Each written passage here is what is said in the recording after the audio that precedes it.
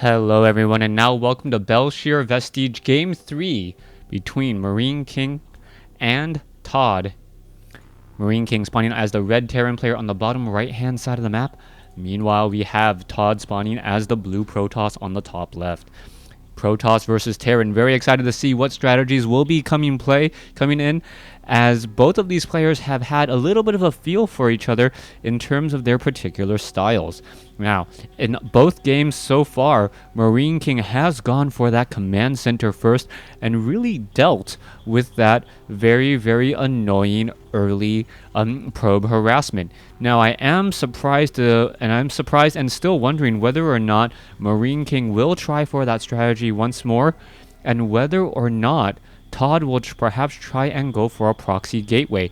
We can see that he is not going to be doing that, but that was my initial concern at the start of the game. So far, we've been seeing the same build come in time and time again, and will MarineKing finally change things up? Yes, he will, not going for that early command center. Now, by not going for that command center, he will be able to be a bit more aggressive with those Marines early on, and I do in fact believe that ToD should be sending out a scouting probe already. There's the assimilator and still has not done any scouting, as it is making me wonder if ToD has a specific strategy that he wants to try and employ.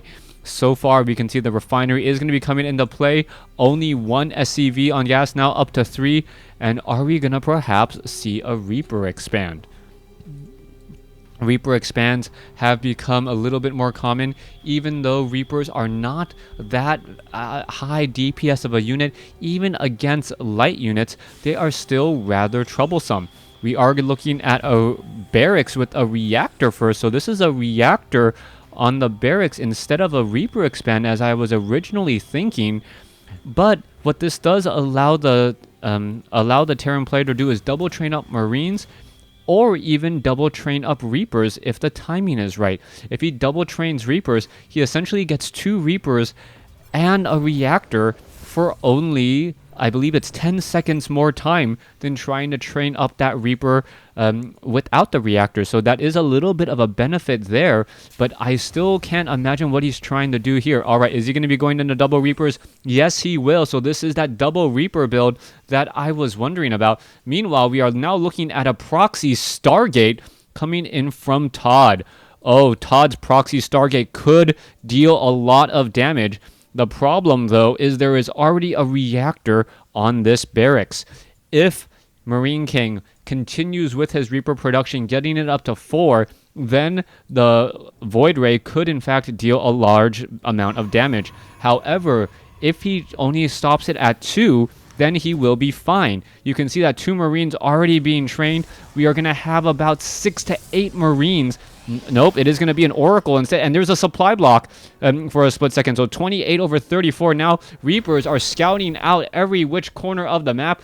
Didn't spot this here, as we are now going to be looking at the Stalker engaging against the Reaper. All right, a little bit of a fight there. Is the Reaper? Yes, the Reaper and the Stalkers are fighting there. That Reaper does need to get lower on hit points, or now does need to regenerate those hit points, as the Stalker and the Reaper are still engaging back and forth. All right, this Oracle here, Chrono boosting out. The Reapers are going to spot. Yes, they are going to, in fact, spot it. It could, in fact, turn on, as we are looking at another Oracle being trained up already.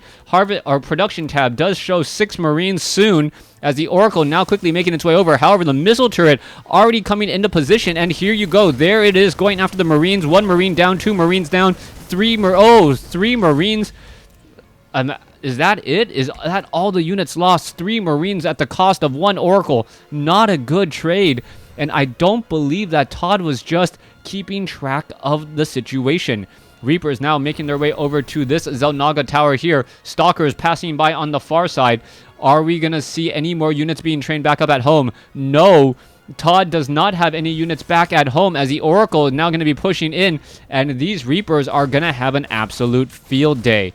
Mothership Core, however, making its way in. That should be enough, as the Oracle is now backing off down to 35 energy, as the Stalkers have arrived, but the Marine count is simply too high.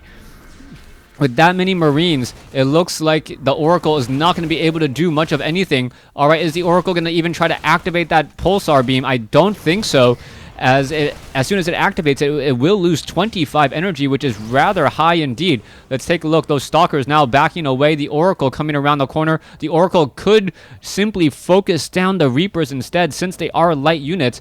But I am rather surprised. No Void Rays, only Oracles. The Oracle got shot down extremely quickly, and without very much to show for it. Very, very smart play. If Marine had just gone for 4 Reapers instead of that traditional, instead of 2, this game would have a completely different outcome right now, and it would have just been a straight up build order win. We're looking at the Harvester count 28 to 30, 2 bases to 2. Reapers now going after the Stargate, going after the pylon now, as we're looking at the Oracle coming around from the backside. Is it going to be able to finish off anything? No, it is going to just deactivate the beam, as the Oracle could make its way over here and try and save this pylon. No, that is not going to be the case. There goes the pylon, unpowering that Stargate and acting as a very, very large stationary scouting Stargate. Oracle now looks to pull back again. Pulsar beam. 4-second cooldown does drain a lot of energy, as the Reapers are now making their way through. Alright, that Reaper should get taken down pretty easily there. Going after the sentry. No, going after the probe. It does get taken out, but the worker kill count has evened up. 33 workers to 33 right now, but the losses are about even still. So this game is still anyone's, but the production and the tech that we see from MarineKing seems to really have things favoring him. Stim and combat shield, level 1 armor upgrade now coming in, level 1 weapons upgrade already done, all before the 10-minute mark in this game. And what is ToD going to do to follow up? More gateways now being added.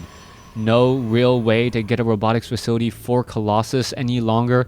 Has spent a lot of resources on the gas here, as the Oracle now looks to finish off a couple of these SCVs, and it looks like it will get 1 worker again, up to 4 worker kills on this guy alone, but that is not the number that you are really expecting. The range on that, I believe, is a range of 4. The missile turret with a range of 7. Range of 8 if the autosec tracking has been upgraded. I don't believe it has, as the Marines are now making their way off to the top, and double medevacs making their way in as well. Can the Stalkers finish off one of the medevacs? No, the Marines are just going to shoot it down. A free Stalker there, and this is going to go from bad to worse. Mothership core. We could go for a time warp, force field, and a photon overcharge. There is the force field. There's the photon overcharge, as I mentioned, but the Marines quick to react and then shoot down the Guardian shield on the sentry. No time warp, though, as the Nexus is just taking an absolute pummeling. All right, let's see. More damage still coming in. The Marines are stutter-stepping their way back, able to fight back all these units, as we now see a time warp finally arrive. The Mothership core getting in some easy shots here, but it may be too little too late. The Marauders and the Marines have more than cleaned up the initial wave, as now more reinforcements are coming in. Marauders, Marines coming in still. You can see the photon overcharge. They're trying to take down the Nexus before it can deal any more damage. Probes coming off the mineral line.